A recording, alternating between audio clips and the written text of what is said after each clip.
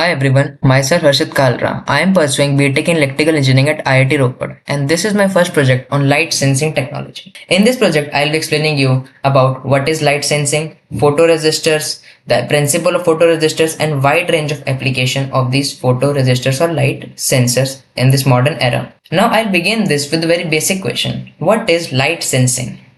Now, the answer to the question in very simple terms is that light sensing is a way in which a device detects the various aspects of light like intensity of light falling on it, the proximity of object or the distance from of the object from the sensor, and using this aspects of light a signal is triggered by the sensor, and that signal is when sent to some other device or other circuit we can have a wide range of application depending upon the purpose or the need in that circuit. Now, this whole light sensing technology revolves around the use of light sensor. There are various light sensors available in the market like photoresistors, photodiodes, optical sensors. For this experiment, I am using photoresistors, which are nothing but dynamic resistances which change their value of resistance when light intensity falling on them is detected. On the other hand, photoresistors are the semiconductor-based sensors that convert light energy into electrical energy. And at last, the optical sensors are the sensors that are used to detect or they use light to detect various other parameters like object distance or proximity, etc.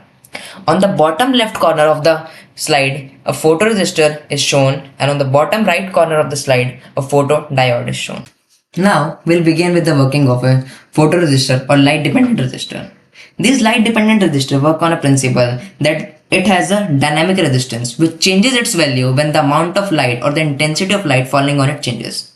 When the amount of light that falls on the resistor changes, automatically the resistance of it changes.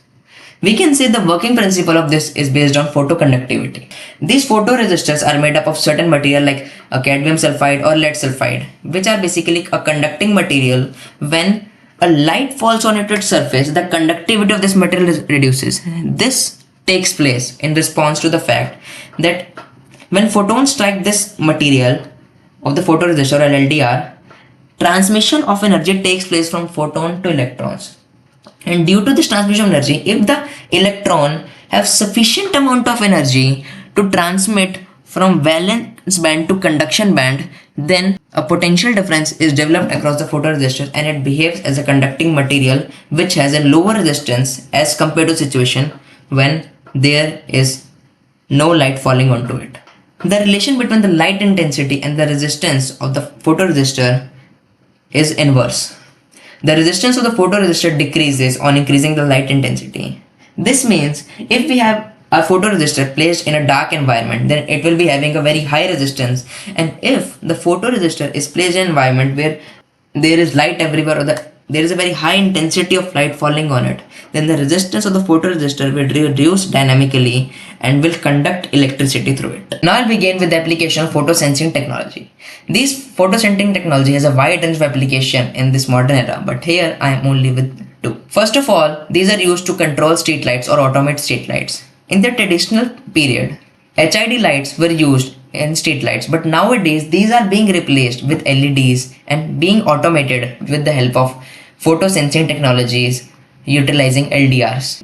This is because LDRs are very highly cost efficient and LEDs consume very less power. During the daytime, the light intensity is very high, and this triggers a signal to the microcontroller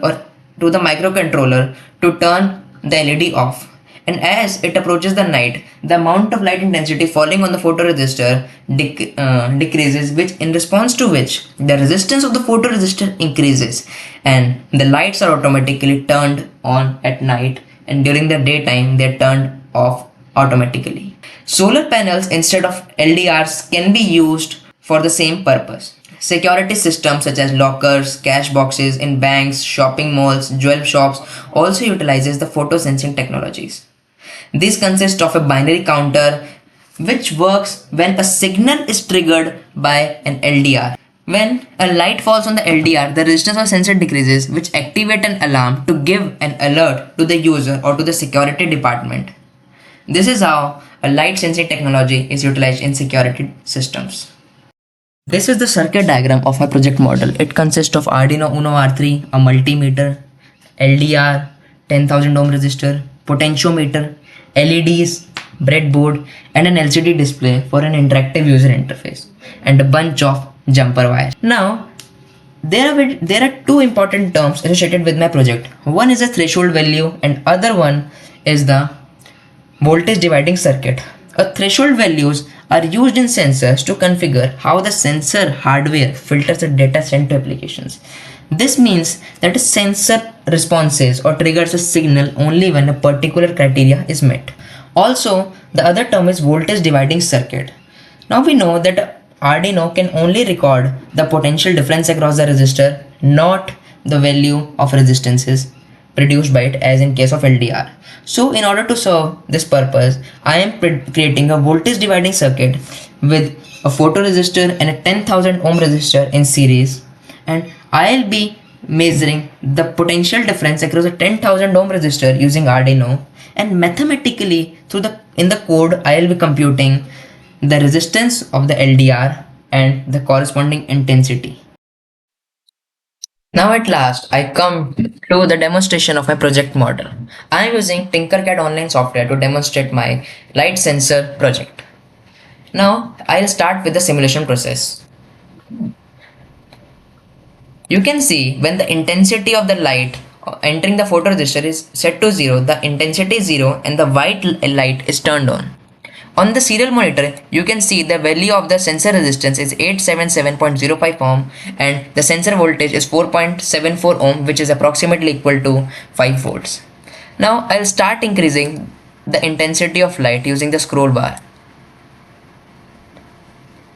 You can see that after passing through a certain value, the intensity of light is increased to 0.13 lux and the voltage across the photoresistor is decreased to 0.685 volts, and there is a drastic decrease in the value of the resistance across the resistance of the photoresistor to 7.75 ohm from 877.05 ohms. Now if I again increase the value of the intensity, then you can see then at some point yellow LED is being turned on. At some point yellow LED is now turned on and the other two LEDs are switched off, and the voltage across the potential or the photoresistor is decreased to 0.13 volts and the resistance of the photoresistor is now just 3.21 ohms. Now from this experiment, it is completely or clearly evident that the resistance of the photoresistor and the intensity of light falling onto it follows an inverse relation. As all the light is entering into the photoresistor, then the resistance is 2.46 ohm, which is a very less value, and when there is complete darkness, the intensity of light is 0.00 ohm, white light is turned on and the resistance is 877.05 ohm, which clearly shows the inverse relation holds true. Now I'll be going through the code or the explanation of the code which is controlling this entire model. I have included the liquid crystal Adafruit liquid crystal library for my LCD display, and in the first section I have set up certain variables of different data types like integer, float, double, and some of these are constant variables and some of these are unassigned variables, which I'll be assigning values in some later point in my code. In this section of void setup, at the first step I started the serial communication with Arduino using the serial port, and in the next step I set up my LCD display, which is 16x2. Now in the next 4 lines of code, I have set up different pins as input pin and output pin. The LED pins have been set as the output pins and the sensor pin or the LDR pin is set as an input pin because it will be inputting the values of voltage across it to the Arduino. Now the next comes the working or the void loop section. In the first part of this, I have mathematically computed the various values like sensor values, sensor voltage, sensor resistance, and luminous intensity being recorded by the LDR sensor. The sensor value is recorded through a command, analog read command, to record the potential difference across the photoresistor in digital terms. In the next section, I have mathematically computed the sensor voltage using the formula already discussed. then the sensor resistance, and at last the luminous intensity. For approximation of intensity and resistance, I have considered that intensity and resistance follows an inverse relation such that intensity into resistance is equals to 1. And using this relation, I have computed the luminous intensity, that is 1 upon sensor resistance. Then I have set up my LCD display commands just for an interactive user interface. And here comes the threshold value part. For the white light, I have set the threshold value of 800. This means that if the sensor value is less than 800, white LED will be turned on. And for yellow LED, I have set up a threshold value of 950. This means that if the value or the sensor value is greater than 950 or less than 1023, the yellow LED will be turned on.